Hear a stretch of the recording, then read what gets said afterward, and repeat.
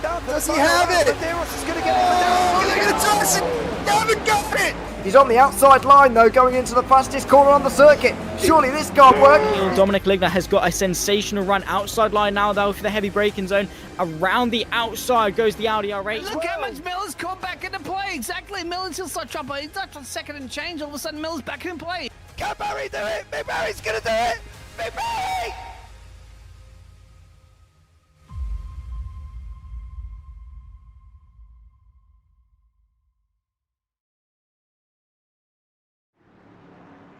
Welcome all, ladies and gentlemen. This is the Nascar Super Series Trucks at Thompson Speedway, sponsored by islandracing.co.uk. My name is Nicolas Hillebrand. Today I've been promoted to lead commentator, but instead of our Mr. James here, I will be instead joined by Dean Biggles. Hello there. Good evening. Good evening. Hello. Welcome. Yes, exciting. I was just commentating for another series of trucks. I was just telling you before at Daytona, actually, with a field of 44 cars, so that was quite fun. But we're at a shorter speedway here at the Thompson Speedway, and we have a good stacked up field, about 13 and change, my friend. Yeah, absolutely. And as you said, bigger field, but bigger track. Now around 13 people around here. But of course, Thompson in Connecticut, USA. Quite an old track. It's also a bigger racing complex than just this oval here. 15 degrees of banking in the corners, 2 degrees of banking on the straights, and I would say a rather awkward pit lane, wouldn't you? Yes, I noticed that before on the map. Yeah, it goes basically halfway through the midfield, doesn't it? Let's see if we can actually see that on the chopper cam. There it is. See that pit lane entrance and exit? Practically straight through the middle of the track, isn't it? I mean, the exit, I think, probably one of the safest ones that we've got in oval racing. But yeah, last round at Charlotte Motor Speedway, Tim Perry led a very, very dominant race. Very, very fantastic run from him, and basically just completely dominating the field. Very, very consecutive, leading. And Marcus Ludovico, who jumped in the last round, he actually challenged him very, very well. However, couldn't quite keep the pace up at the end. The tire wear did catch up to him. This round, of course, we will have a completely reshuffled deck. We can see the standings right now. Tim Perry, of course, with his win last round. Then Dan Michel in second place, also with a win, but of course, less overall points. Then Levi Waltz in third place. Danny Cassin in fourth. Con Campbell in fifth place. Jamie McIntosh in sixth. Stephen Orrell in seventh. Paul LeMay with a very good race at times last round in 8th place. Then Carl Jacklett in 9th place, Patrick Seaborn in 10th. And Seaborn was one of these guys as well. Very, very long running. Tried to bank on a caution, which unfortunately didn't come. So he actually gave us a quite interesting run in the final leg here. But yeah, next up, Stuart Pearson, 11th place, Noel Jakovitz in 12th place, Michael LeMay, the brother, in 13th place, Paul Clark in 14th, Marcus Ludovico, who finished second last round, in 15th place, Ewan Stitchbury in 17th, Matty Holland in 17th, and Terry Murphy in 18th, and John Bailiff in 19th place overall. And what is a little surprising with this, because we are currently on round 4, so yeah, tonight, but we've had 3 rounds. But we've only got 2 drivers of wins. So where's the third win gone? Well, that actually went because one of the drivers who actually won that was at Daytona, and unfortunately with a little bit of controversy, and the driver ended up, the entire team ended up, withdrawing from the series in the end. However, that basically means, more people still have a chance to actually get in. Because, of course, this is a completely different championship format than just the regular most points win format. This is, in the end, 13 races. The final race is the big finale between 6 drivers. All drivers can, of course, take part in the finale at Phoenix. But only the 6 selected drivers can win the championship. And that is 3 drivers with the most wins this season, 2 drivers with the most points with 2 drop rounds, and 1 driver with the most stage points with 2 drop rounds. As we're now waiting for qualifying to go also underway, I think. Yes, practice should be. Yeah, it should be happening relatively soon. But these guys are already in anticipation, I think. Yeah, well, exactly. About 2 minutes and change to go. Josh currently is the fastest time in practice, but practice is one thing. Qualifying is another. As I'm going through some of those liveries, like, what? No livery for the 68 machine? That's Stephen Oral. I just noticed on the pit crew there, you see they're having a little chin wagging at each other there. And you see all those little tools that they have there, all available there in the tool thing, and then the other guys over there, obviously that pit lane, like pit boxes. They're sitting there having a chin wagging, but they don't have the tool thing open. Just having a look at all the drivers down there with some of their liveries here this evening. There's Danny. Yeah, one of the great parts about NASCAR, of course, all the different liveries that we can have here. And even with the trucks, also just fantastic vehicles, with the wet weight. And, wet weight basically means it's the weight without fuel, but with all the other liquids. So, hydraulics liquid with all the brake fluid and the coolant in it. 1568 kilos, so quite a lot of weight. Or, to put it in proper American terms, 3,456 pounds. Wow, you know that. If you ain't bleeding, we ain't cutting. That's JV. There's Levi. It's Michael LeMay. I don't see Michael LeMay actually at the moment there. And, well, that's it. That's because they're packing up from their practice session. As you can see, the cars. It actually can, like, looks like they could extend a ton of cars down that pit lane. Couldn't they? But, yeah, I don't think you'd really want to have more than 40 cars around this track. You'd imagine the amount of overtaking you'd have to do as well, too. And I wanted to ask you this as well, too, Nicholas. How many cars wide would you go, or dare to go, around here? Oh, in this circuit, very, very difficult. I think 3 wide will already be very optimistic around here. But, racing drivers, especially around ovals, very, very quickly you can just go, okay, 2 wide, 3 wide, 4 wide, Yeah. It always just constantly develops. And with these guys, we may not have a lot of drivers, but we do have drivers that can definitely bring us one heck of a fight and one heck of a show, of course, as well. These guys absolutely know how to handle their machines, absolutely have control and knowledge of how big and wide their machines are, in what gaps they can fit, and in emergencies, if they can pull out in time as well. Yeah, exactly. Well, this is why you generally want to start at the, as well as say in truck series racing and stuff like that for NASCAR. You want to start at the front, because if there's a wreck, it's generally going to be behind you. So better safe than sorry.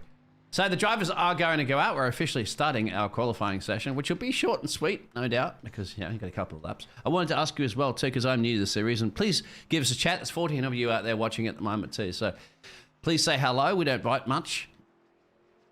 And what I wanted to ask you as well, too, man, Fred, about fast repairs and things like that. How's that situation? And fuel, distance to the end, all that sort of situation? Sets of tires? Yeah, so for this is actually very, very interesting.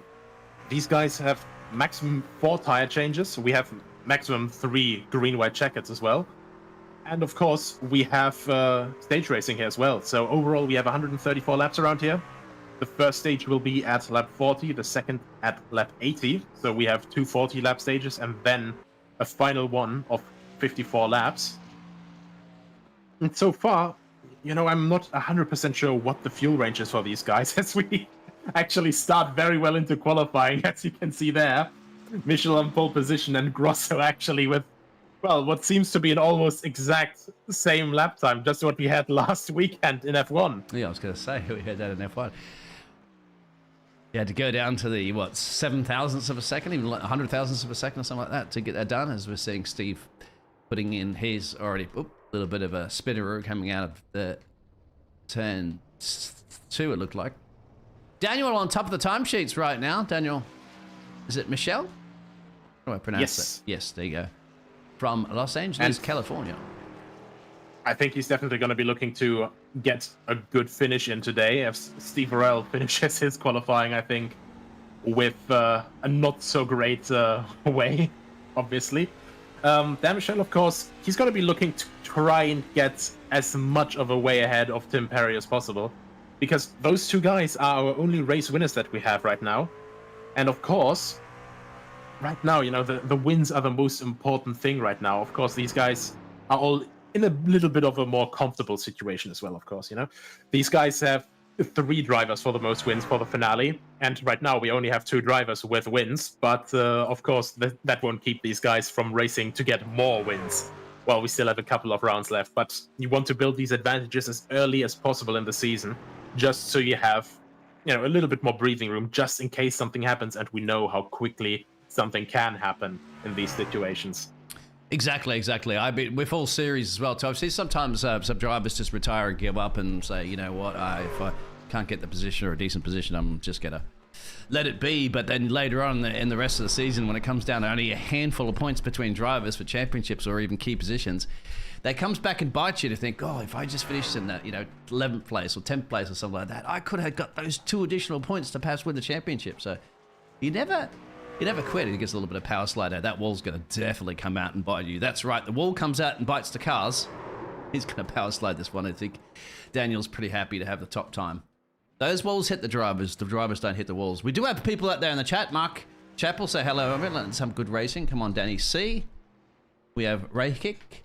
I think that is. Hello. Let's go, Howie. We have Mark. Hi, guys. Good luck to Danny Caesar and Pitt saying, hi, everybody, big cheese for Howie. So 2 Howie supporters out there, a Dan supporter, 2 Dan supporters, actually. So there you go. Thank you. Yeah, always great to see these guys also just jumping into the chat, supporting friends.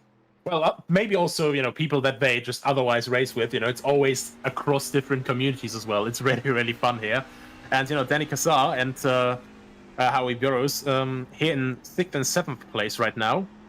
And I think we're not going to see too much change there. However, that's still, a pretty close affair overall, if I can see that correctly. Overall, 7/10 stretch, less than 7/10 stretch across the field right now, but a couple of guys are still yet to do their laps, of course.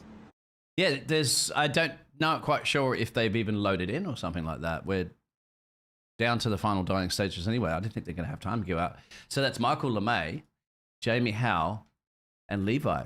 None of them have elected to qualify. Perhaps they're just happy to start at the back of the field too, and preying on a rector and stuff like that. I mean, it's a short grid anyway, so a short field. So chances of making up some places are a lot more possible than rather than a super speedway, as our qualifying is over, my friend. Yeah, absolutely. We actually do have a little bit of news about some of the guys that didn't qualify. Levi Waltz is going to be starting from 10th place. Absolutely gonna eat, we can't say that on air on this track, so he's not enjoying this change from Charlotte and Daytona too much. But I'm sure that he's still going to be showing some great racing. Jamie Howell, however, with a different... That is truly a problem that you can only have in sim racing instead of real racing. Cat stepped on my surge protector switch. Oh, that happens quite often, actually. A few people have had problems with their pets getting in there and yanking out a USB cable or something like that, or jumping up on your lap, or getting in your pedals around in your pedal areas. So that's the grid that we kind of went over before. Well, if you want to quickly go over that while they're in the formation lap, you can see it on your top left-hand side anyway, because this formation laps will go pretty quickly around here, my friend. We don't want to miss the action. Indeed. So pole position, of course, Daniel Michel. 2nd place, Josh Grutcher on the lead line. Then Gary Sack, the 3rd. Then Tim Perry, Stuart R. Pearson, Howie Burrows. Stuart Pearson, Danny Kassar. Then Howard Burrows. And they're already switching around a little bit. So, it's always this difficult thing when it switches over from the grid view to the live timing.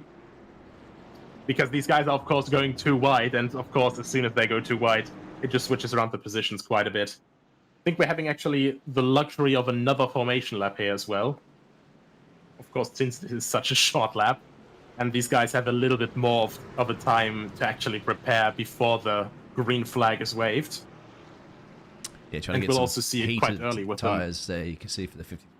Some drivers like to do that. You remember Kimi Raikkonen would never do that really in Formula One. Everybody else would be weaving around like crazy to get temperature in their tires, and Kimi just sit there and go straight. Wouldn't even bother turning the steering wheel.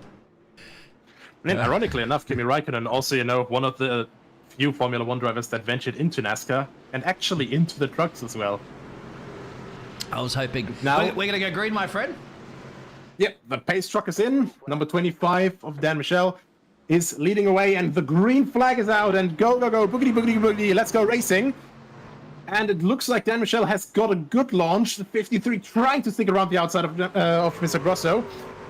Gary Sack the third right behind them. But, that's already caution in the background. That's a number 55. That is Stuart R. Pearson. Yeah, it looked like if it just lost it on his own, of course, we'll go back and have a look at the replay of that. I don't know if he was tagged or not, but obviously we had the fantastic view of replays. I think that might have been a very, very... very, very tight little squeeze there. Oh, yeah. Of course, you're coming... I think there was a bit of netcode, honestly. Both of them didn't seem to cross into each other's lines, but, it's very, very quickly that these side-by-side contacts can escalate. Very unfortunate, of course. Mr. Pearson, of course, not keen to do, this kind of stuff at the beginning already. I think, actually, he's gotten... I think he's in the pit lane instantly repairing the damage, and, of course we have multiple quick repairs here. But, still, you don't want to be starting the race like that. Yeah, you got to step into your box, too, at the moment. Come on, pit crew, get to work. What are you doing, standing around talking? There he goes. That's definitely a quick repair. Didn't take tyres or anything like that. It's too early, isn't it, really, to be wasting a set of tyres on that. Out of that tricky pit lane exits, and we'll rejoin back at the track there, and we should get that caution to pace car lights to come off. We have Steve Orell that's jumped into pit road right there.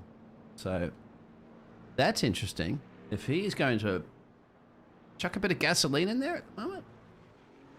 I could imagine that. The pit lane is basically built in a way that you do have a quite short pit stop in comparison to others, and as they're under caution anyway, I think he's just kind of building on a bit more chaos coming in, Yep. Kind of didn't have strategy that worked out in the end, and I think some damage slowed him down as well at the end of Charlotte. But of course, around here you won't have too much of a problem if you lose a little bit of straight line speed with these very, very short straights. And, as you said, he just took a little bit of a splash and dash and is now just heading out again.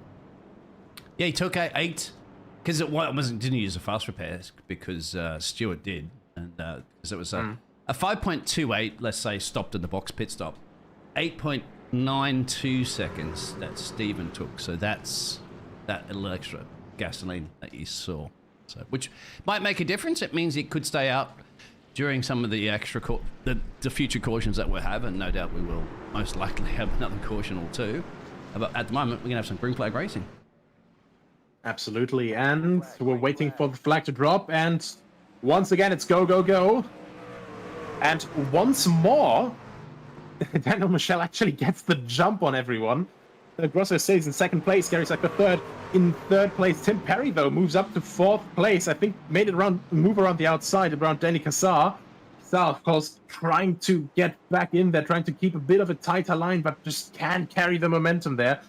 Just closes the door, though, on Carl Jacklett in the number 3, who's now, of course, leaving himself a little bit vulnerable to the car right behind him. That is Howie Burrows, but not quite able to make that move stick. And, of course, this is one of these tracks where it's very, very tricky. Do you want to do the high line? Do you want to do, sort of in the middle, down low? You really have to make a move stick quite early, just so these guys actually, get impaired a little bit. Because, of course, even if you have still a lot of space left, if you have a cut on your inside, you're always a little bit distracted, you're always a little bit looking at your inside, looking where the other car is and how much they will be moving up, of course, as well. You could have said it any better at the moment. The pressure's currently mounting on the 25 machine, and you also want to apply that pressure, don't you? You want to fill their mirrors completely, their opponent's mirrors full of just your car, so that you can slightly distract them so that they, are not focusing, obviously, on their turning points, and then they can bump the wall or something like that, and you can steal those positions. You saw that before with the number 3 machine of Carl Jacklett just having to lift off a little bit there. Good battle up front here. Daniel, Mike, Michel versus Josh Grosso.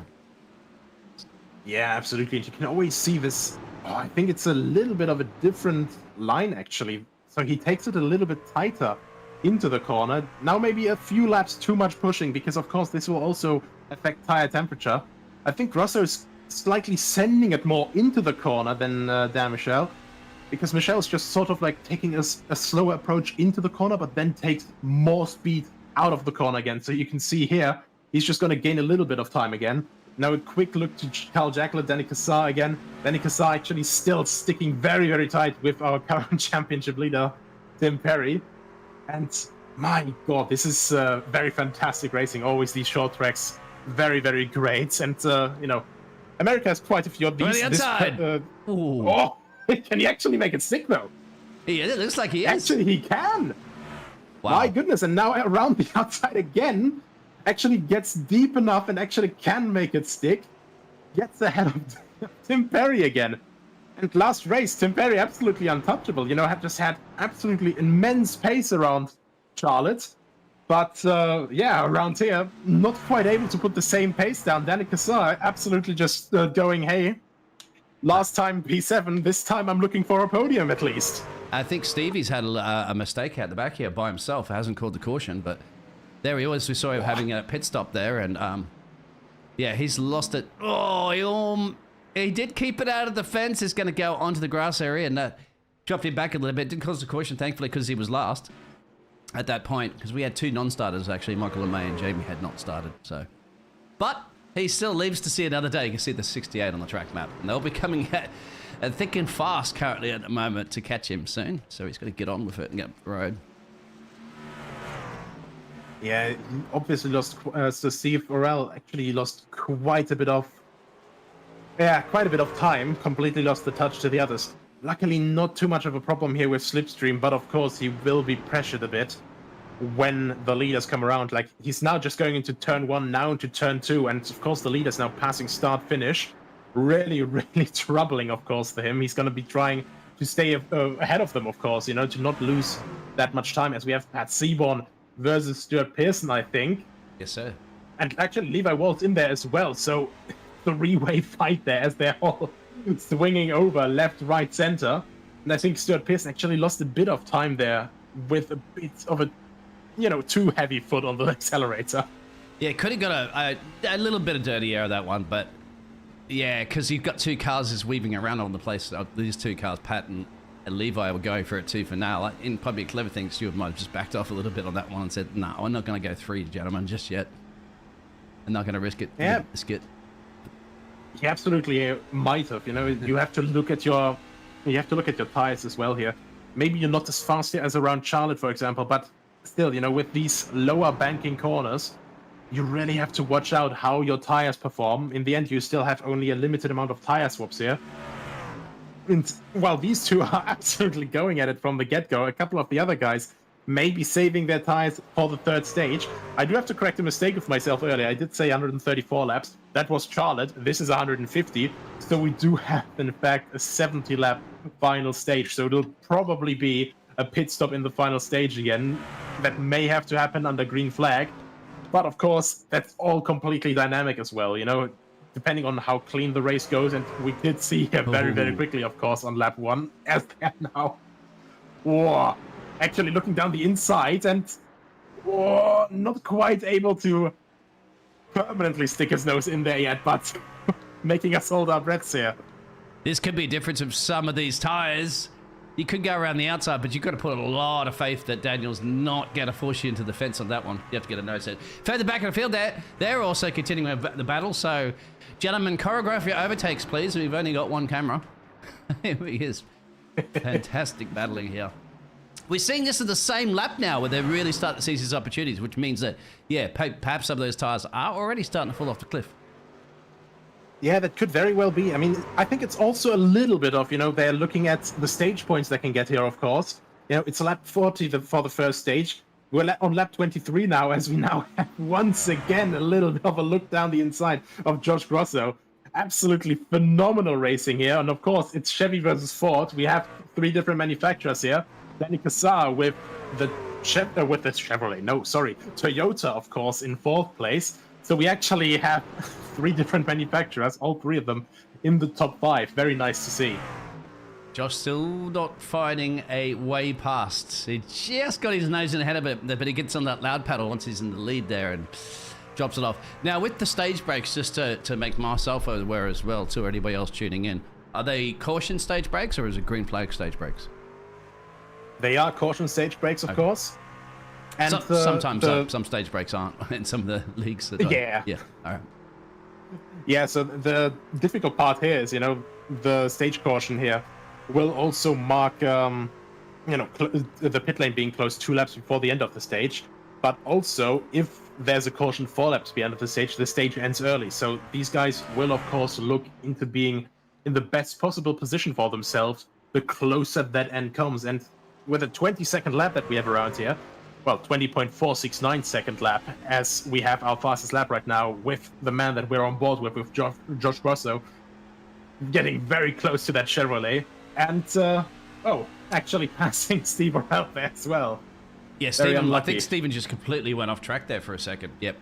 Oh, what a save! Oh, yeah, these tires are certainly starting to fall off. Yeah, Steve was catching, they were catching Steve anyway. That was the car that you briefly just saw there. I think maybe he was just also saw the leaders there and he's like, I'm getting out of the way there, and kind of completely got out of the way. But he's running last. He's got nothing to lose. You're not going to go backwards any further. And you never know. Big wreck towards the end. That's the thing. That's the beauty that you love about NASCAR trucks and stuff, my friend. Big wreck at the end, and you could be like, you could be plump last and make it all the way across to first place. That has happened before. Oh, it absolutely has. I mean, at Daytona, well, one of the other race winners that we had that dropped out by now, they basically went a lap down and were able to work their way back up onto the lead lap and then make a move for the win, actually, on the final lap. So everything is possible in these formats. That's what makes them so absolutely beautiful. It's not just a sport. It's complete and utter spectacle just all the way through. As we have Danica Saad trying to make his very own spectacle happen now with altering lines, trying to go a bit deep and trying to carry a little bit more speed out. Looking for the inside now of Gary Sack the third and very far down the inside, but not quite able to carry enough momentum out there. No, you won't, because you're cutting on that inside apron, isn't the car's going to slide out and you have to really just fully go for it. And yeah, the thing here is, obviously, if you're rotating the car a little bit more on the apex, you can put it straight a little bit earlier, then go on the loud pedal a little bit harder. But of course, the banking works against you there. You want to use the banking for these corners. And even then, like this wider line that you carry to the outside, you just carry a little bit more momentum, and it's always this battle between the different lines. And, of course, the rear tire temperatures as well. And those bumps too. You get a little bumpy. It's going to lift the car up a little bit there. Once you get on that loud pedal, and it's going to slip the rear end out. Tim's watching this. Oh, and into the wall. Yeah, a little bump in the tap against the wall. Buy it flowers first before you take it out for a date, Mr. Tim. Be kind to her. Yeah. Yeah, he's slipping, sliding. And perhaps it once again, you don't want to be using the race cars up the road there as your racing line. You've just got to basically, like a horse, put your blinkers on there and just focus completely on your own race, because you start doing that, they make mistakes and you make mistakes. We see that in Formula 1, don't we? One car makes an error, and then the other one somehow copies them. Exactly.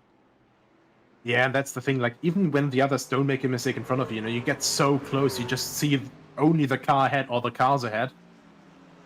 And you might miss the touch with one of the braking markers that you have for yourself, because in these, of course, here, as opposed to a super speedway like Daytona, where they're just flat out all the time, these actually have to brake here. At Charlotte, we had a lifting point, of course, right on a bump, of course, as we have another slide here on the bumps out of turn 2 by Danica Saar. Very nicely saved, but of course, it costs a lot of time. These guys have to balance a lot of stuff here. They have to balance the line into the corner, out of the corner, when they brake, how they accelerate, and the line, of course. Very, very difficult, and I think that's always something that, especially from the European watchers, will be lost, unfortunately, because they just go, oh, well, it's just turning left. Yeah, but you don't have downforce, you have an absolute hell of a load of power. Again, you see exactly what I'm saying, hell of a lot of power. These cars, of course, they have these big classic American pushrod V8s, 5.86 liters or 358 cubic inches. Ooh. And, 680 brake horsepower. So, yeah, exactly. And what was also happening was there was a couple of cars being lapped at the back there that were battling each other as the leaders approached them at full speeds, which is the worst thing you ever want to do when you're in a racing lead, isn't it? Trying to get past lap trucks who don't have to pull off. It's not like blue flag conditions, but it's kind of the right thing to do. But also they're in their own race, all right? They're racing themselves, so the leaders have to find their way around, and I think that's compromised. Who was that? Yes, I think that Howie, actually. That compromised Howie, and I'm going to go back and have a look at the replay of that because they were battling, and this is when the leaders approached. Oh, no, that's because there's damage. There it is. Yeah, even Backed more it up crazy, a little bit, you know? and that's where the leaders are coming in on full speed. So that's scary. Who was the car that got damaged there? Yeah, I think that was Howie Burrows. Yeah, he comes out of the corner, and then this is exactly what we are saying. You know, bang, and then the leaders catches one of those bumps badly. Oh, had to lift off. Look at that, and somehow. Almost the 53 took the right way. Yeah, that's certainly super scary, but wow. We got a caution. Oh, indeed, yes. That may be because of that incident. Oh, yeah, that's actually... No, actually, that's because the first stage is already over, so... All right, sorry about that one. Who got it? Daniel did for our first stage break. I mean, we got completely caught out by all the action happening, you know? So actually, it's quite lucky for Howie Burrows, actually, that his damage happened this late. You know, very quickly just able to do a nice quick repair. Quite lucky with that as well. You know, so it's luckily not too much, but that's exactly what we were talking about. You have so much power, you have a bumpy surface, and these different lines that you can take. Of course, you want to put your throttle down, and the first guys are already going for their tire swaps here as well. Ooh, I was going to say, who's going to win out of the pit road? It looks like Daniel's got it done there on Josh. See, Levi stays out. He hasn't even pitted yet. So that's going to be a little painful for him. Everybody else is going to go down to pit road, of course, so get some fresh boots on. You saw the car get lifted up in the jack. You'd be crazy because they were sliding around like nothing. And maybe a little bit of gasoline, but considering those pit stops were pretty close anyway between Daniel and Josh, I assume that they might have probably taken the same amount of gas. But more interesting, isn't it? Levi, what's he going to do by staying out? That's just, I don't know, my friend. It's going to be a sitting target, isn't he, once we get the green flag conditions going again? Yeah, maybe he's just trying to poker a little bit, you know? Oh, he's coming in now. Actually, no, never mind. I was going to say, yeah, you'd be a sitting target. Right there. Absolutely a sitting target with no boots that are going to give you any help. We still got the caution lights on. I just want to go back and have a look at that that overtake again, my friend, and try to get a perspective from our race leaders and how scary a moment that could have just really changed everything, couldn't it? From Daniel's perspective, we'll ride it back a little bit and then we'll go on board. Because yeah, that could have been it. That could have been like a severe wreck. So he's yeah, here it is, and you can see that from his and Code Brown moment. He's going, where do I go? Where do we go? Where do we go? Has to break down a little bit, slow down. On the very outside, of course, was Josh. Then he gets on the power, and luckily he gets to resume that. Remember, that's before that stage break, so that was a crucial moment. Yeah, I have to say, though, also just fantastic car control and awareness of everyone, as the lights are now out, so we're about to go racing again.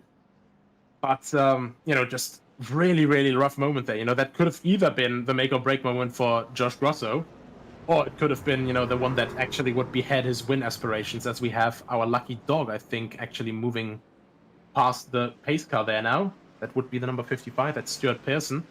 But, of course, he's going to be losing quite a bit of time, as I think the pace truck will now pull in. Stuart Pearson obviously going to be trying to get as much time as possible moving back up to the field, but now the green flag is waving, and Dan Mitchell absolutely nailing the start once again. That's 2 out of 3 now, where he's basically untouched into the first 2 corners. But who's not untouchable? That's Gary Sack the third against Danny Cassar, who's now side by side. Oh, sliding a little bit wide, but both of them just give each other just enough room to actually make it through there. Very, very great racing from both of them, as we are on board with Tim Perry, who's, of course, after his little touch with the wall, he's going to be looking at these two and just praying for a bit of a mistake from either of them. You can tell you the fresh boots that they've come out, they're gambling and risking a lot more with wheel door banging, driving. And, complete lift off there, so that's going to allow, of course, he might even lose another place out. He will too. That's Carl. Unfortunately, Carl is going to drop like a 1929 stock exchange and hopefully get to pick that one back up there. Josh looked like he was getting closer to apply that pressure there to Daniel, but not quite enough. So we'll just keep an eye back out. No, we're going to keep an eye on this one because I think Josh is going to Think about doing the same, my friend, going, all right, I can, yeah, the tires are good, and I've got confidence. I've been following Daniel around now for give or take 50 laps. It's time to shine and get the race lead. Yeah, absolutely. And you can see once again these changing lines, always looking this left, right, left, right. Where can I make him a little bit more unsure? And meanwhile, in the background, we have this entire chaos here, with the number 55 being led and a four-way battle here for position for third place, essentially. Jacqueline, Kassar, Perry, and Zach all fighting while Grosso is actually going for it once again, but a bit too much power too early in the corner. Slides a little bit out, and of course, lights these rear tires ablaze while he tries to keep up with Dan Michel. Exactly the same thing, wasn't it, that he's done before? Every time he gets that nose in there and just gets on the inside apron there and puts the power down, he exits out of the corner and the rear just slides, and it's just not enough power and grip. And Daniel's just well aware of it. He's comfortable and going, all right, if you're going to do it. I don't know if he's going to study and think, can I try it around the outside? We did see around the outside pass before earlier. It is possible. Yeah, exactly. Yeah, that's one of these fantastic parts here. We have relatively low banking, 15 degrees, and that means, there's multiple lines possible. There's multiple guys here that already showed how you can make a pass around the outside, down the inside. And I think one of them even, like that we saw in the background early on in the race, they were doing the little bit of a switcheroo, First looking down the inside and then making the outside pass there with people defending, of course.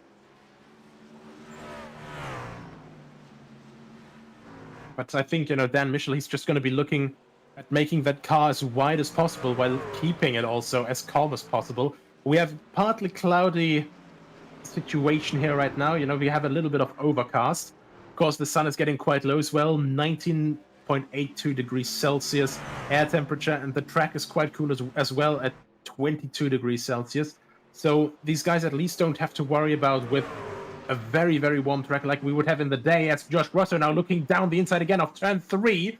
Can he actually make it stick this time? It's looking actually very well up till the apex. But once again, Michel just makes it somehow to get that absolute launch out of the corner once again. Absolutely incredible stuff here. Yeah, well, I mean, it's got to have a little bit of patience at the moment there for the Red Wing Minnesota driver. You don't want to you get too heated and then, you throw it all out the door by doing something silly because you're getting frustrated at the moment. Perhaps he's happy to sit here at the moment. Well, I'm not necessarily always happy to say Pete B and Pete 2, but some drivers are. But when it comes down to getting close to that next stage break, that's when you get it on. It looks like as well, too, that Levi has had a little bit of an off moment. I just want to see if there's a gamble for an overtake here at the moment. And before we go, we are going to keep on this for sure. Because, well, you got to cover that inside line and just get your nose in it. No, another power slide out of the corner again there from Josh. Obviously very desperate to get that power down. You have to accelerate. You want to accelerate, but... make one small mistake, and something like this can happen very easily as well. And I think that might have been it for Levi Walls, just saying, this isn't my track. I'm just going to stop here for now, and very unfortunate situation for him, of course. But I think the way that he's still ahead of Steve Orell, actually no, I think he actually towed it back to the pit lane, and then he did. Yeah, it's now racing again. Yeah. So still racing. That's very good. And of course, stage points. Is he on track? I don't see him. I don't know what's going on. I think he's still on track. The live timing is showing him on track. Yes. So a little bit of chaos. You can even lose a car on a small track such as this with so much action going on. These guys are going nose to tail. Like a BMW on the German motorway. Absolutely no space to the car in front. Fantastic here, though. Absolutely fantastic. Once again, looking down the inside. And, you have to admire that. You absolutely have to admire that throttle control from Josh Grosso. And at the same time, the nerves of Dan Michel just keeping that little bit of space there, keeping a little bit of space, a little bit of hope every single time for Josh Grosso, just to let him starve to death again as he pulls away that tiny little bit out of the corner. Just gonna have a look and see if I can see his helmet. Sometimes there it is. All right. I could see something on the top of his helmet there for a second. We'll continue back in the cockpit. It's full level concentration right now because one little slip up and you've taken yourself out, or you've also taken Daniel out at the same time. So, and both the drivers, of course, don't want to take each other out. They're both comfortable. I'd be happy with 1 and 2. Of course, Josh wants to win number 1. Daniel wants to get another stage win. They've got a big gap, these two. Just on a league of their own currently at the moment in this race, hasn't it? Because look at you see on the track map. They're about to start another lap. Yeah, of course. And you've got back to Gary there, who's still keeping Mr. Tim Perry at bay. Tim Perry's actually applying some huge pressure too. So they're the 2 closest battles currently on that track at the moment. Don't forget, Danny Caesar, is also just lurking on the back door of Tim Perry. That's in the 5th spot. I think our early 4-way battle, it calmed down a little bit over time. Danny Cassar and Cal Jacklett dropped off a little bit. Pat Seaborn is actually sitting right behind Cal Jacklett now on the track as well, while we still have a fight for P1 here. Now viewing from the roof of Dan Michel. So really, really interesting just overall, how the field is spreading apart, like getting closer again. And actually, Danny Cassar slightly caught back up to Tim Perry as well. So, we see these guys moving around a little bit, a little bit apart, a little bit closer again. And it's just this rhythm, this ebb and flow once again. And that is the ebb and flow that Josh Grosso has been waiting for the better part of 60 laps. But can he make it stick again? Slight hit there. Wow. Yeah, and this is the thing that Josh needs to do, isn't it? He needs to apply that pressure and keep applying that pressure. And then that way you're going to make Daniel a mirror drive. I was just let me look at that for back on the picture there. That looks like a cow holding a sign that says, "Eat more chicken." And here we go again. Yeah. I don't think that's something that Josh can't really see from his cockpit view, but he's like, "Oh, I'll give you some chicken, my friend. I'll give you some beef. There you go. I'll give you some beef on the raceway." A victory burger. Yes. But very, very close once again, And look at how much speed he's carrying into turn 1 there. Absolutely insane how late he is on the brakes. And I think with that last one there, with that slight tap out of turn 2 that he just had as he was alongside, I think he's getting a bit more impatient here. I think he's going to be looking towards, of course, joining the rank of the winners, being the 3rd one to get a win for the standings here and join the potential finalists. But even more so, I don't think he's thinking about the championship right now. He is very much thinking about just getting past that cow. Oh, and that's the power slide again from Josh coming out of the corner. They do have the 55 once again, and that's Stuart Pearson from the SAS Racing. I think he's not going to want to get a part of this party soon. He's battling it all alone. When's the next stage break, my friend? It's a lap 80, so only a few laps to go. I think Stuart Pearson is just going to be trying, his absolute hardest to just stay ahead, stay out of the way. Oh, down the inside. No, again. Can he make it stick? Not quite. How is he doing that? Dan Michel just keeping it in an absolutely fantastic way around the outside, carrying so much momentum, even when he's completely messing up the run out of turn 4. It's just unbelievable.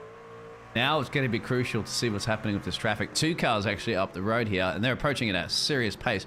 You can see how Josh cups at the inside apron there. Much better entry there and exit there from Josh, because it's putting Daniel a little bit loosey-goosey in the rear there. Maybe Daniel's okay to sacrifice a little bit of a wall scrape, so he still has a little bit of momentum coming out of it.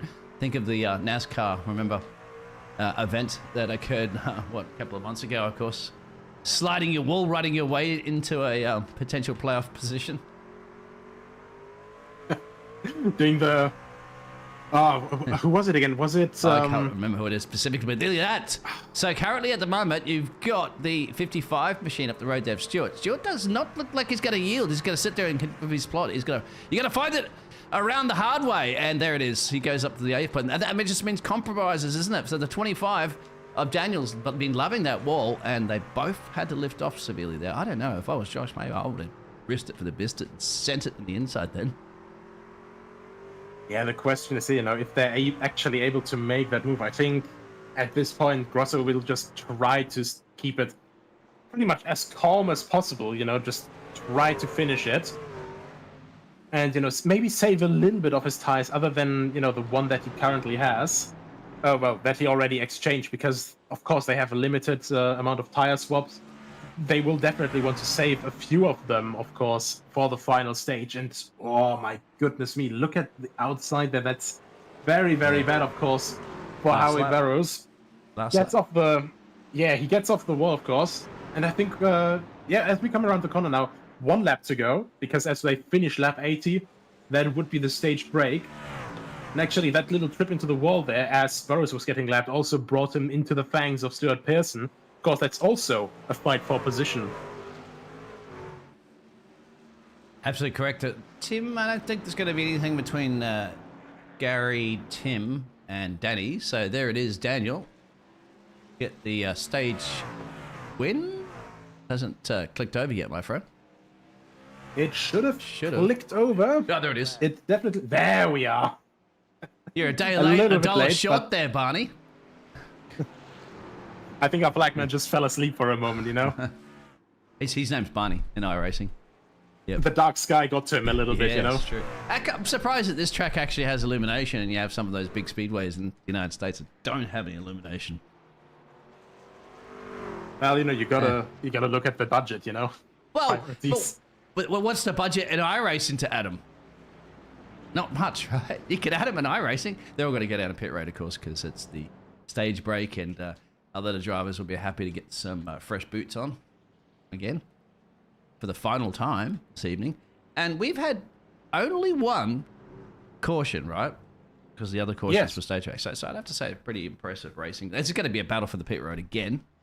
See who can get out first. And I think, once again, only the rear tires getting changed. I think that's one of the rear tires. It's probably the outside. Actually, no. That is one of the front tires going for Michel as well. And is that deja vu again? Quickly. Josh gets out there and just lights up the rears. I mean, you have to get temperature in those tires somehow, Crazy. Like, I thought maybe he could just afford to not change a tire or something like that. As you said there, to maybe just get that jump in pit road, but no, he's elected to copy, basically, I'd say, the identical strategy that they're both doing. So they've just been tooth and nail, separated by milliseconds practically all race long. Yeah, and I think that's going to... Honestly, I think if there's not going to be a big incident, I think we're going to be looking at a race that stays that way. Very exciting finish, that we will basically have onto the last lap with them still making moves. But of course, now comes the real test ahead. We basically just went barely over the wonderful 50% marker just before the end of the stage. And of course, these guys, they will be now looking at a test of endurance, at a test of fuel saving as well, and at a test, of course, of making their tires last. And if they are unlucky and it's ending like Charlotte, they will have to do a green flag pit stop. So we'll see people who may be pokering, maybe some people who will be going for a safer stop. But of course, this is also a very short lap. You will definitely lose 1 or 2 laps here. Usually, sometimes we like to drag in the drivers for a quick chin wagon during the race. But because it's such a short track, I just don't feel that it would be too appropriate really to do that. We don't know how long these cautions are going to last for. As soon as those pace car lights are out, yeah, of course you'd have to be dragging the driver back in. So, sorry, I'd like to hear from the drivers, of course, at least one of them. But we'll find out at the end of the session if they want to give us a chat, because that's going to be coming to that very soon, my friends. We're going to go green, hopefully all the way to the end. Yeah, of course. And, well, these guys will be getting ready again now. Already too wide again. It's something that I absolutely love about NASCAR, always with the 2 wide restarts. Oh, but yeah, they come around the last corner. Yeah, Buddy's going to wait there. We give it out there in the chat. Mitchell says in the NASCAR vehicles, you can only decide on left or right tires. Thank you for that. Ah, there we are. That is very good to know. But, well, actually starting, and very strong start. George Grosso down the inside already for Daniel, looking on the outside, looking to make it stick, but contact. And once again, just a little bit. Oh, my goodness me. And that outside contact, he sent it. Oh, he actually said it this time. It's I a think send. that's him getting fed up slowly. I think that is too as well, too. That's going to compromise his exit speed currently at the moment because, believe it or not, Tim Perry, he got past as well, too. He's on the back of them, and we know Tim Perry's very capable of winning, and these two boys up the road here don't start behaving themselves. Tim Perry's going to steal the spotlight here in the final dying stages of this fantastic race. Absolutely, and I was kind of worried, he was absolutely stellar at Charlotte, and I was wondering where his pace had gone for this race, but really, Tim Perry just in the final stages now coming through, also obviously a man that can absolutely nail his marks, can absolutely fantastically run very, very consistently, as we have Gary Sack III right on his back end, of course. Right behind that, we have Cal Jackler, Danny Cassar, and Pat Seaborn all on the lead lap. After that, we have 2 laps down, Howie Burrows and Stuart Pearson. And then, of course, it's the last person running. Not the last person running, as the 2 last people running, Levi Waltz and Stephen Orell, with quite a few laps down at this point. I think Levi's Walls is out. I can't even see him on the track there. No, and Stephen Orell's out as well. Okay. They've had to retire, unfortunately. The only 2 retirements, the other 2 drivers did not start, and this is still going to be spicy and dicey with these 2. And once again, just on that inside apron, Josh just gets the power down and it just slides too much. So, but now it's good to have the 2-way party into a 4-way party with Tim Perry and Gary there, because that adds a little bit more pressure, I'd say, to Josh now as well, because he hasn't had that pressure before. He's been applying that pressure completely to Daniel all race long. And he hadn't had to worry about his mirrors, but now he has to worry about his mirrors a little bit. So let's see. And that's exactly what you don't want normally. You want to focus completely on one direction for the fighting. And, as a German, I can say this historically documented. You don't want to start a 2-front war, especially not in racing. And I think Josh Grosser will, of course, try to make his move as quickly as possible and then force Dan Michel into this situation here. My goodness, look how close he is, but I think that was a contact there, and that's actually a caution. Yes. Well, because of the leaders had spun there as well, too. They'll have to call a caution on that. Wow. That is close. Definitely going to have a look at replay. That is... I don't know if there was contact at that, but that wasn't angled contact, was it? So that's interesting to see. I'm not 100% sure if that was completely visible contact as well, or if that was... It looked a little bit like netcode, I'm going to be honest. Yeah, that's what I'm thinking as well, too, because that's not much of a tap. Yeah. Well, sometimes the right angle it can be, but... I'm trying to get a... We are on the chopper camera, but it seems to be very horrible for the chopper camera here. All right, let's see if this gives us a little bit better. There we are. All right, so you got the speed coming in for 53. And see that they're both pointing exactly in straight, right? Well, practically the same part there. Yeah, there is contact there, but that's... Yeah. Oh, wow. It doesn't take much to spin them around, doesn't it, on this short track? Yeah, they still don't have load on their rear, of course, It's really this tricky stuff here with the transition, of course, with the weight transition. You obviously have to brake, you have to slow down, get weight on the front tires so they grip up.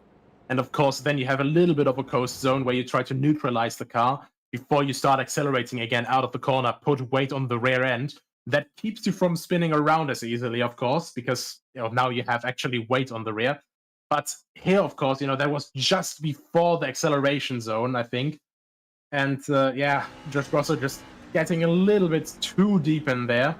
Yeah, there it is. That's not much. Just not anticipating that. I'm pretty sure they've done that about 3 or 4 times already this race, hasn't it? But it's unfortunate this time around there that Josh has taken that, had taken that P1 place, a position that's been eluding him. You don't know sometimes as well, too, if the drivers are going to feel like it's a my bad moment and maybe... Well, if... You see, you'd have to say, if Daniel was in P2, it could be a situation where you go, okay, yeah, I'll tell you what, I'll let you back through and we'll continue racing. But now you got Tim Perry in the mix. You'd have to let Tim Perry through as well. That's a difficult decision for Josh, isn't it? That's if we wanted to do that. We've seen a lot with motorsports, don't we? Especially in iRacing, when you see drivers do that, if they feel it was their fault turning somebody, not intentionally, they yield the position and continue fighting again. Yeah, and I think in this situation, it's just really unfortunate because in the end, Dan Michel just lost out that little bit more as we now have everyone forming up too wide again for the restart. So this is the last lap. The pace truck is about to come in. And, well, Josh Grosso definitely only has to focus on one front now, behind him.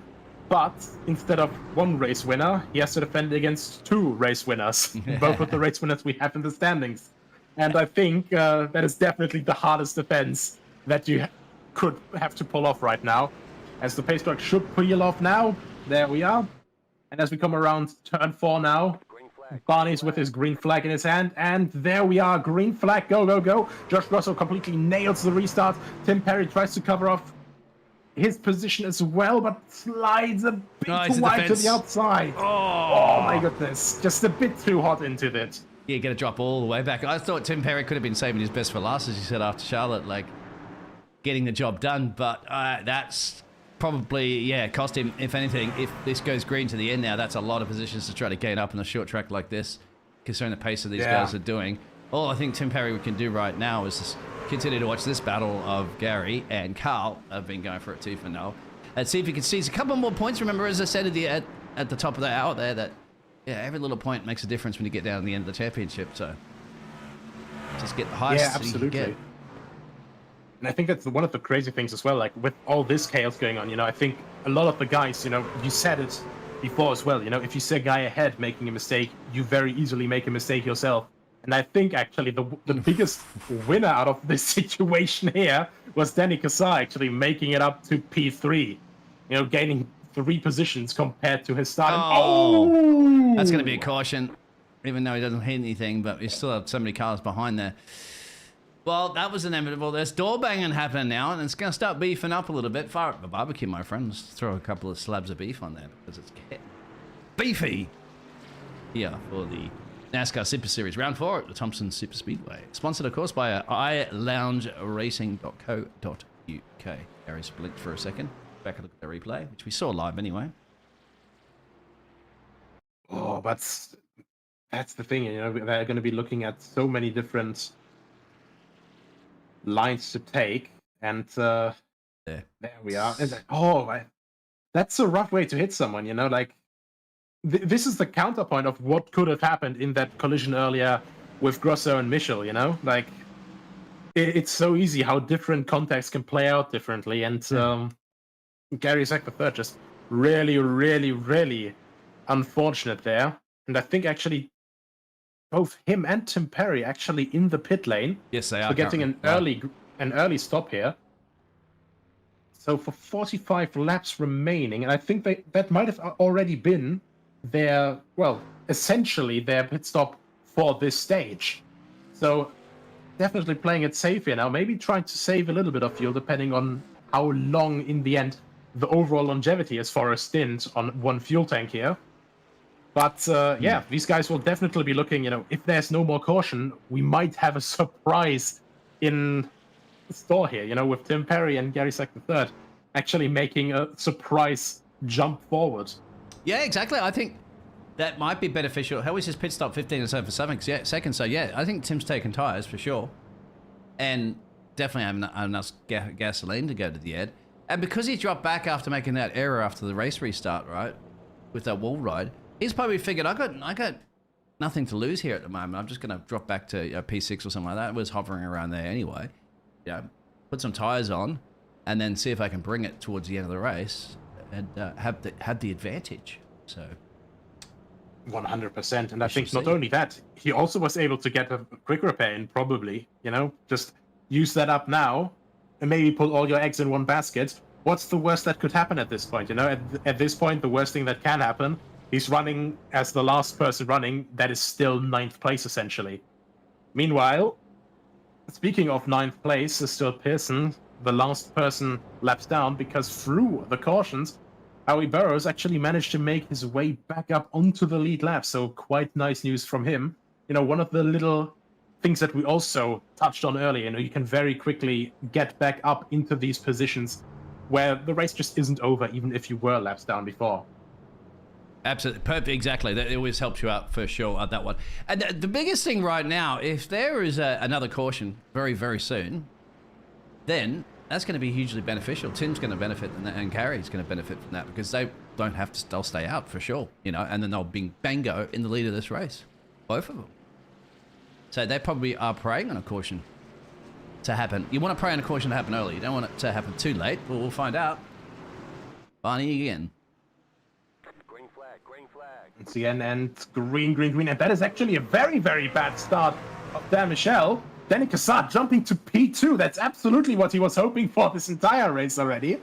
And Dan Michel making that one mistake that's, well, we haven't really seen in his race so far. Tim Perry taking the chance of gaining a position already. Now moving to try and secure P4 from Carl Jacklett. Still around the inside, and those new tires are really making themselves known now. He definitely will tell now, okay, guys, you are all absolutely wonderful, but I think I will try to take my leave now here, but can't quite take the momentum. He's now struggling with the same situation here that Grosso was struggling for the entire race before that. I think he's trying to get the temperature up there and just taking it easy there. And remember, they're not, I mean, we're talking about, give or take, just under 20 laps difference. But he should be trusting a lot more of the grip on the inside apron there, but just can't quite, which is surprising, they can't quite get it done just yet there on Gary. Well, that's because Gary, of course, Gary's also, remember, boxed as well, too, at the same. So Gary, these two are exact same tires, we presume, so that's even Stevens between those two. And yeah, Danny, right, as you mentioned, wow. I mean, what a job to get past Daniel. Yeah, and meanwhile, Carl Jacklett, you can see the constant squirming out of the, the end corners there, so we out of turn 2 and turn 4. Look at that again, the tail just going out there, almost doing a wall tap, almost doing a little bit of an homage to Formula D here. But, really struggling for the traction here, and of course, Gary Sack III will not be wanting to sit around looking at that squirming rear end for very much longer. Of course, he's going to be trying to get as far away as quick as possible from Tim Perry, because that's, of course, his main rival as it stands right now. Yeah, this is going to be, it will be frustrating. Oh, there's contact. Remember, at the moment, you can contact, turn the car ahead of you, or you'll get turned yourself, like we saw before, too.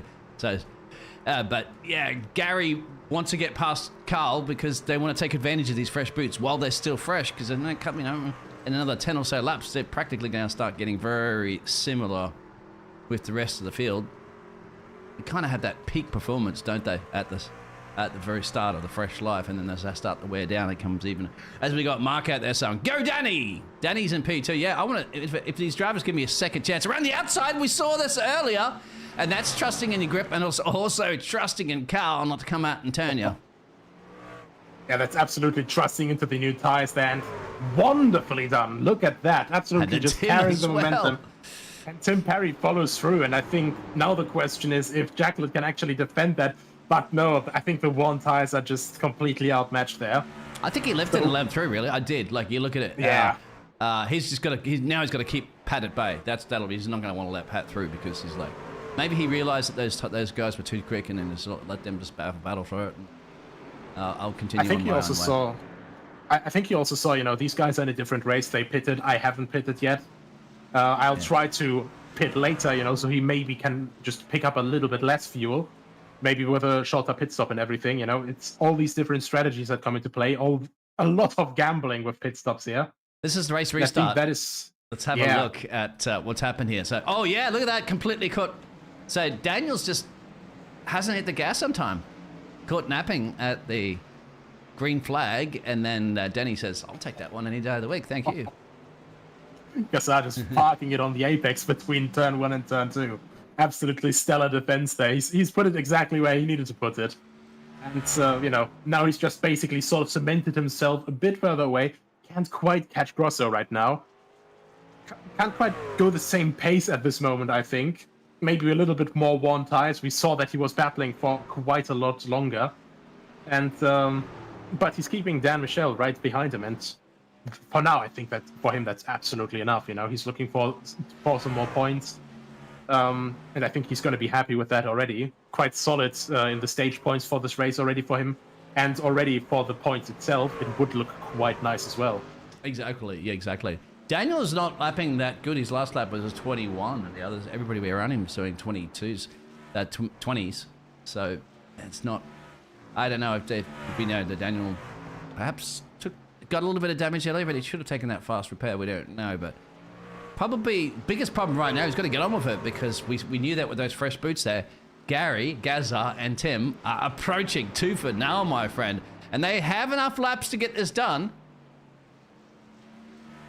So Daniel Lament was leading 2 stage breaks and for the majority of the race, now under pressure and perhaps could fall as far as P5. I think the crazy part will now be, if we see another caution, these two, so basically these 2 guys going like a rocket ship each, with Gary Sack the third and Tim Perry, these guys are going a solid 1 to 2 tenths faster than the rest of the field right now, which doesn't sound like a lot, but on an oval, especially of only this length, that is quite a lot. And you can see how close Gary Sack the third is to the back of Daniel Michel. And I think right now, this is the situation where they have to build on... I think that was a little bit of a wall contact even there. They have to actually build on that they won't have another caution, because as it stands, then they will gain this advantage of basically an entire lap advantage over them. But if we have a caution, of course, they'll get on-track position. But look at that. I think Michel is trying to do his old defense trick, trying to do the wide line with more momentum. Worked out very, very well for the majority of his race so far. But of course, his tire is absolutely screaming for mercy, waiting for that final pit stop. And I think that pit stop... Tim Perry can get a 2 for 1 special here. Oh, that's almost to be wide. Yeah, I don't feel these drivers got the memo from their engineers, but we saw Daniel was very good at defending, had been very good at defending majority of this race. So, but of course, the big difference, but they are both tank slapping the wall. Of course, the big difference, as you mentioned, of course, is the tires now. So even as good as Daniel's defense has been, unfortunately, there's 4 points of contact that connect your car to the track. They're, a little bit a little bit more. And now the question is, can he get it rotated on the line so narrow? Doesn't quite keep the overlap and actually has to lift off a little bit to not rear-end him. But that is Michel sliding wide, but not quite able to profit from it. And now he's made himself very, very attackable by Tim Perry. And Tim Perry sticks it down the inside of Gary Sack the third. Those 2 guys, of course, fighting in the same race. And my goodness me, not quite able to make it stick, but I think this fight is far from over. Yeah, I'm going to go on board with the GoPro camera here because this is probably the best view of the best action currently in the race at this point. It's going to be interesting if there's 3 wide with the lap car coming up at the moment too. But Josh has got that still commanding lead. He's way up the road there. But, it's going to be turned. No, he saved it. Wow! And no caution. No caution, no, because the car didn't turn. Oh my goodness me. So Gary is going to kind of come back in line, but will he have enough time? And now it's Tim Perry's time to see if he can get past the, it looks like the defender of defender, Mr. Daniel Michel.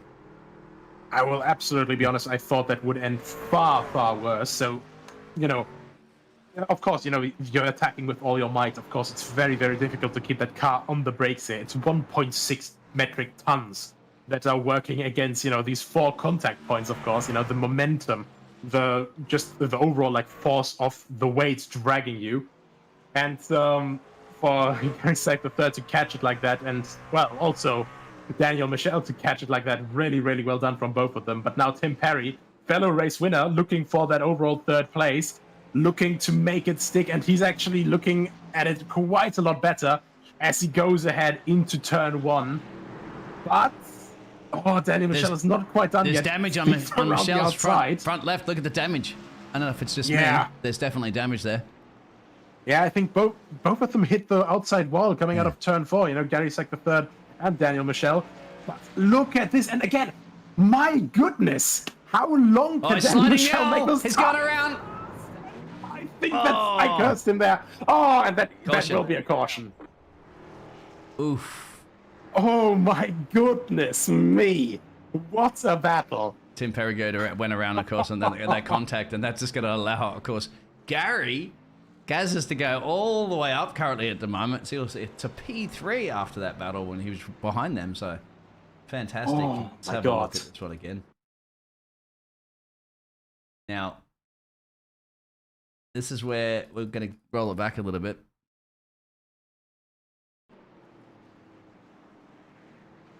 Yeah, tries to keep it alongside, goes very early on the accelerator. And of course, even with the newer tires, that's still over 700 Newton meters of torque onto those rears with pretty much a locked differential.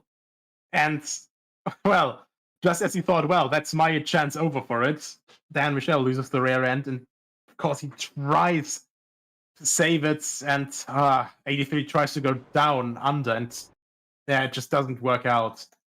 Very, very unfortunate there. And the 89 of Gary Sack III barely missing out on the collision there as well. Yeah, good job actually for both those drivers for just staying exactly in their spot and not moving the car. Just keeping it parked and make your car predictable for everybody else to get around you. So good sportsmanship there. Sometimes you don't see that quite often with some drivers. It's very, it's not very, we don't like to see it up in the booth, of course, because yeah, it destroys somebody else because your race might not have gone the way you wanted it. You don't want to destroy somebody else's race unintentionally.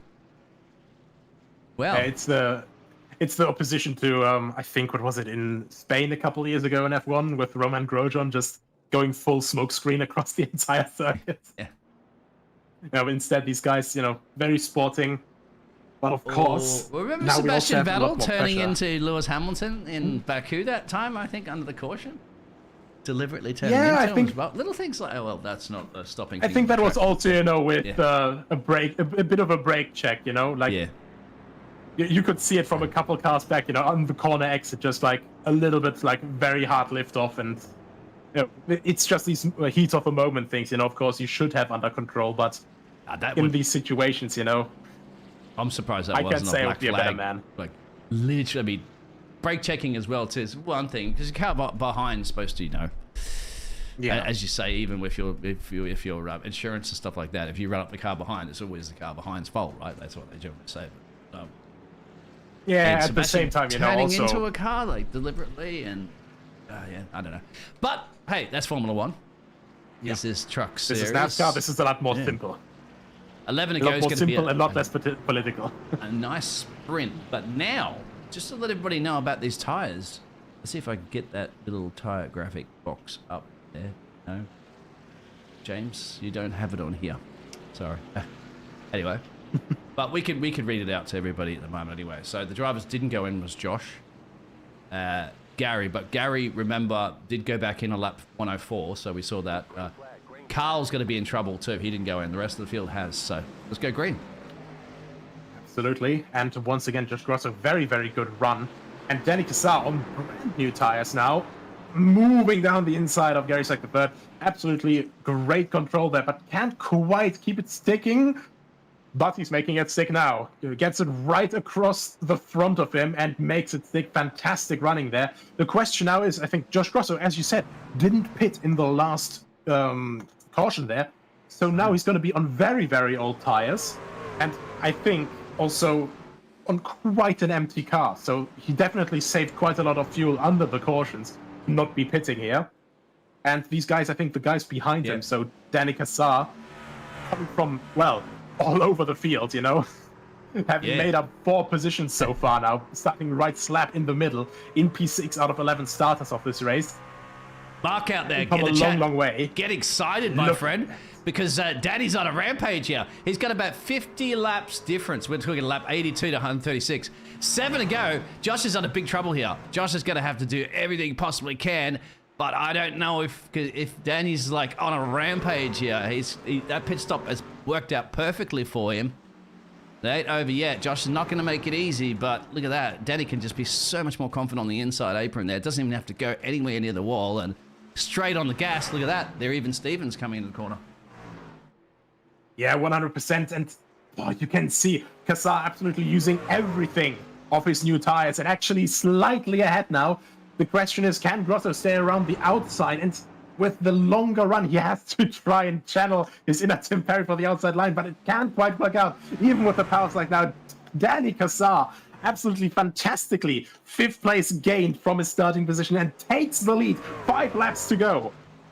He should have this one in the bag. Congratulations, as long as there's no caution. If we get down, brilliant job from brilliant decision from Danny. And he's been in there, of course, but he hasn't been at the top. This is the first time he's taken the lead of this race, so fantastic. Josh just has to hold there and just say, well, maybe I should have gone on the pit road or anything like that. I'm not sure, but the day late, dollar short on that one. But a P2 is a P2. And we haven't seen too much of this man, Mr. Pat Seaborn. Silently crept his way on the 78 machine into P3. So congratulations. The only man who gained more position by now than Danny Cassar, 6th position, started from P9. So the midfield and rear qualifiers actually, patience paid off. These guys absolutely ran their best race today. It's Howie Burrows, also coming from a lap down, trying to make a move for a top 5 position here. And it's just all going up, down, left, right, and center. 2 laps to go now as Danny Cassar comes across the line again, running his race of the lifetime. And the last 2 races already that I was a commentator here, Cassar always with very, very good spatial awareness, always with very good racecraft, but just not always quite there, maybe with the pace, not quite there with the gambles on the pit stops. And Howie, sorry. Final lap. Yep. No more cautions, white flag waves. Ooh. He saved it once again, but loses a couple of positions, unfortunately. But all eyes are on this man here, Danny Cassar, one last time through turn 3 and turn 4. And now he comes across the line as the winner here at Thompson Speedway. And absolutely sharing in his cockpit, he must be. Fantastic race from Danny Cassar. 2nd place goes to George Grosso. Then Pat Seaborn from P9 to P3. Gary Sack, the 3rd to 4th place. Carl Jacklett to 5th. Tim Perry to 6th place. Howie Burrows in 7th, the last lead lap runner. And then we have Dan Michel and Stuart Pearson, each 1 lap down as our last 2 finishers in P8 and P9. And burning it down, of course. No returning to center for Danny, as you said out there. So Howie tried to drift it into the walls for the finish. Yes, Howie was. Unfortunately, Howie did end up losing that place there. But yeah, he was giving a run for money at the end. They're having some fun, of course. So we'll get those results up for you all now. So Danny has got the job done. So he got the fan club out there too. He had a couple of people supporting him. So there you go. If you'd like to go through those results for us, please. Yeah, I think that's I think that support absolutely came through there. And once again, just really, really great race here. Absolutely unpredictable, I would say. This was all over the place. We had so many different guys looking to win this. But Danny Cassar wins it 2.2 seconds out of Josh Grosso after that last very late caution there. Josh Grosso keeps it slightly out of Pat Seaborn, who also did a fantastic drive there. 4th place, Gary Sack the 3rd. 5th, Carl Jacklett. Then 6th, Tim Perry. Very unfortunate, of course, in the last couple of stages of the race. Howie Burrows with a good recovery from 3 laps down to back on the lead lap to 7th place. Then Daniel Michel in 8th place and Stuart Pearson in 9th. Levi Walls, of course, 96 laps back, DNF'd a bit earlier, unfortunately, in P10. And Steve Orell, the next one who DNF'd, of course, quite early on in the race. And Jamie Howell, of course, hindered into the race by his cat, unfortunately, and Michael LeMay hindered by something else, unfortunately. But I think we can grab a couple of guys here for the post-race interviews, and I think who better to grab first than our winner? And here, of course, we have now Danny Cassar. Can you hear us, mates? Yes, I've got you loud and clear. Absolutely. That is great to hear. And, first of all, what an absolutely fantastic win. Congratulations. What can you say about this? You know what? I was dreading tonight because it's not a track I particularly enjoy. But once the race got going, it was really good. The battle with myself and Tim and Gary, we were sort of so close and so respectful as well. No contact. But that last decision, I just had to take the 4 and give it a roll of the dice because there was only nine drivers left running. So worst way, I was going to get the top 10. But the thing is, like, it was so much over and under. Like, in the middle of it, how were you thinking you were going to finish? Of course, very last minute, pretty much, with you absolutely making the perfect strategy call, taking the absolute perfect gamble here, and pretty much getting a royal flush in poker. Yeah, well, I looked at it and we were on 68 lap tyres, you know what I mean? And the drop off sort of over 20, 30 laps comes in. So it was, like I say, there weren't a lot to lose really. Worst way, I probably would have still been fifth or sixth. But I thought, you know what, it's a roll of the dice because the American guys are so good. You know what I mean? They do this all the time. And I'm a big NASCAR fan, obviously, but you've got to try something different sometimes because if you follow them, you follow them. Yeah, that follow absolutely worked in your favor here. And of course, a great improvement from P7 at Charlotte last weekend. But not only that, making you another race winner. So at the moment, qualifying you for the final. So that must also be a quite big relief from your shoulders. Yeah, I mean, it'd be nice to make the championship 6. I mean, there seems to be some guys coming in as well that are probably going to make it very tough. But it'd be nice just to give ourselves a chance, and then you never know what can happen. Again, we might make the right decision and might be able to win it. But at the moment, it's just good fun and it's just great racing. You know what I mean? Everybody's giving room. You know what I mean? Yeah, there's a little bit of rubbing, but you expect it in close quarters racing. Yeah, great to hear, of course, as well, with, the fairness, the sportsmanship here. Well, once again, congratulations, Danny Cassar. Fantastic race once again, and I'll let you revel in your victory, mate. Thank you, Nicholas. And can I just say, it's very unusual for someone to get my surname right. So that's excellent. Well, always happy to, get it right at some point. No worries. But, And can I quickly say thank you to Mark Wirral and Mark Chappell and Jack Wirral, who was in my chat, and urging me to just take my time, relax, and we'll get there. So thanks to them guys. Yeah, very loudly supporting you as well. And any more shout-outs? Only to Jamie McIntosh, my teammate, who's not here. So if he can stay away from in future, we might get some more good results. A small price to pay for a win. Yeah, exactly. No, and thank you for the stream. It's excellent.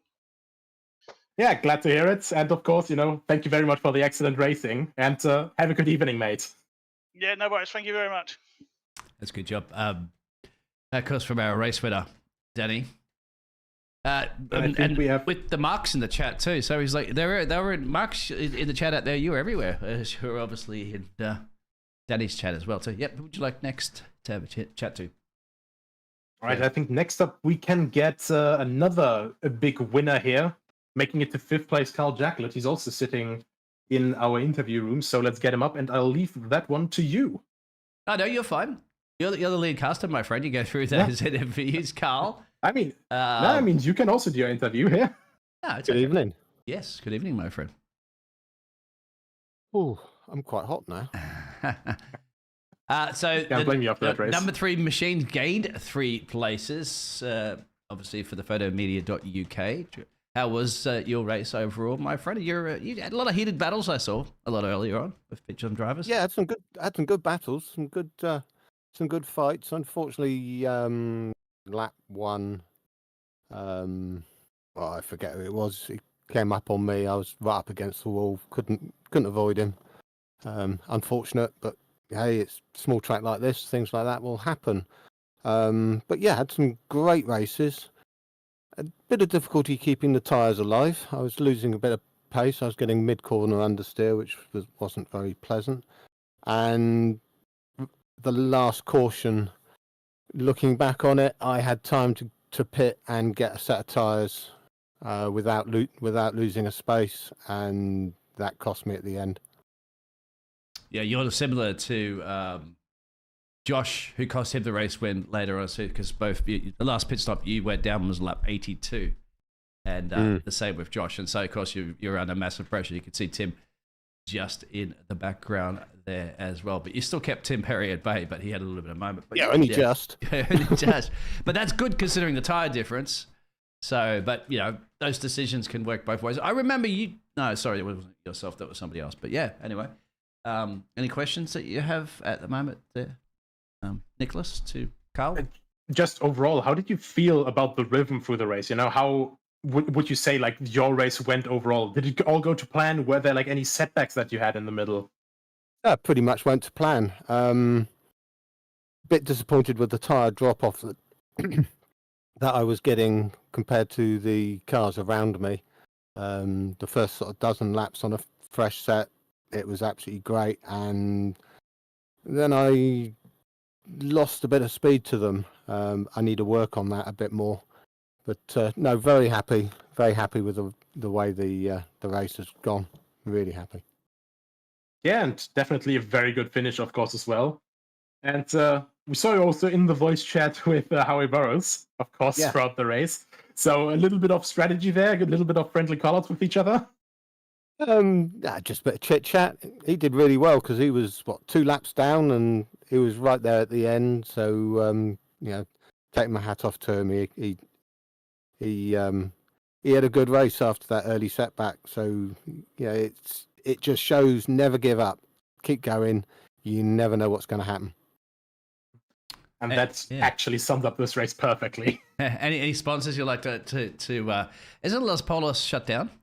Didn't it get shut down? Still there? I didn't know it's available right now. So that's not one of your sponsors, of course, but please go ahead. Yeah, that's a bit of a fun one, that one. Yeah. Of course, my main sponsor is photomedia.uk.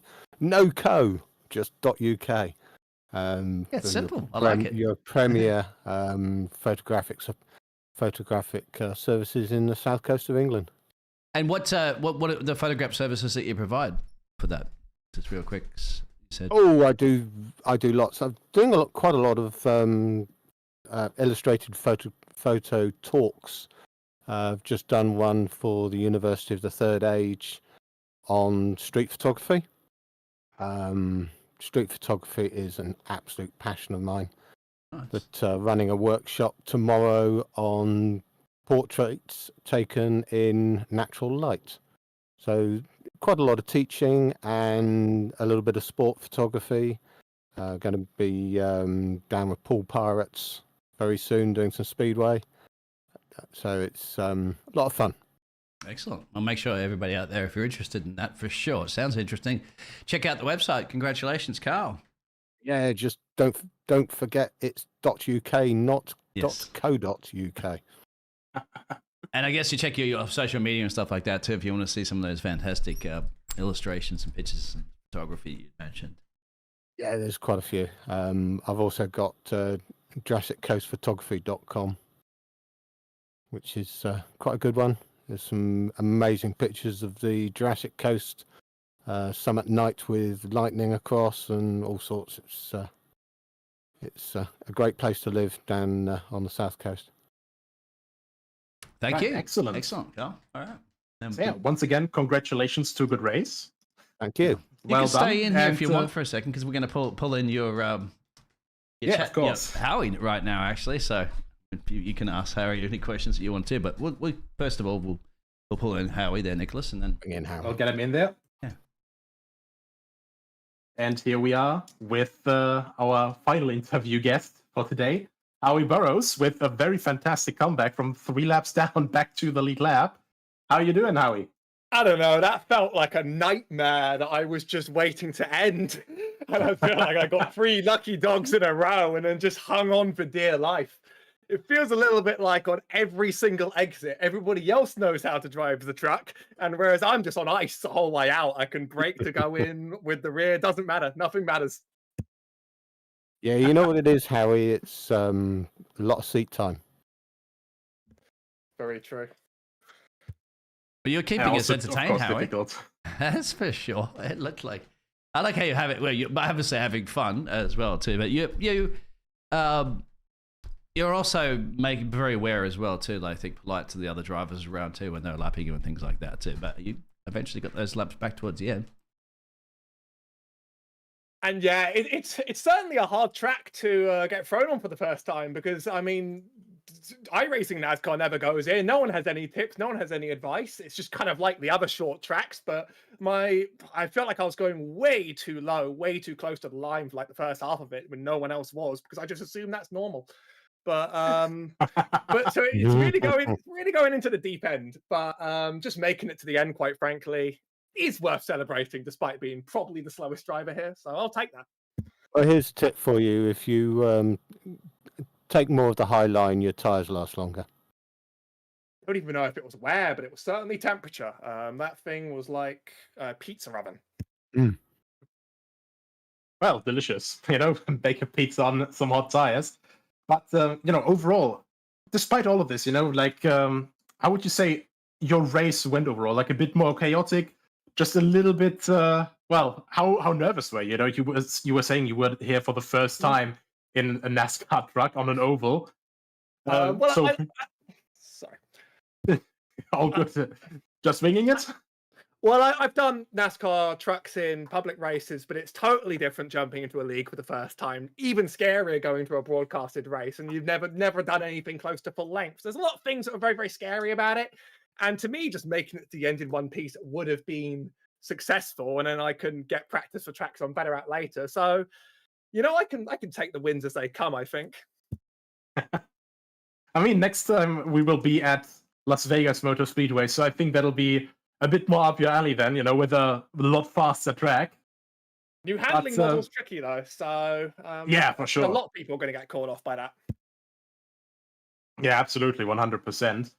But besides that, for first time here, and especially with a short track like this, a very tricky circuit, low banking, and of course very, very short. Very well done. You finished where you started, and I think that's very respectable, of course, for a first race in the league here. I also enjoy being a bit of an agent of chaos without ruining anyone else's race. I think the moment where I literally hit the wall and then come into the middle of the two leaders is brilliant entertainment, but it would have felt awful if something bad happened. But as a result, you can just look back and go, nothing bad happened. It was a horrific accident saved by everybody. Yeah, maybe just bringing the fun is worth it. Oh, and it will make great TV. Oh, it did. It did. We went back on the replays a few times and had a look at that one because that could have easily taken out both those race leaders, of course. My steering column was totally wrecked, and I kind of only realised by the time they'd both come up, we've both gone different ways, so I can't even pick a line to go. I just have to hold where I'm going and pray for dear life. I look just forward to watching screaming. That. Do you remember what lap that was on? I'm just trying to find the replay really quickly, but I just can't see that. It didn't cause a caution. That's what makes it really hard. But it would have been just before, very close to the end of the first stage, because I actually got.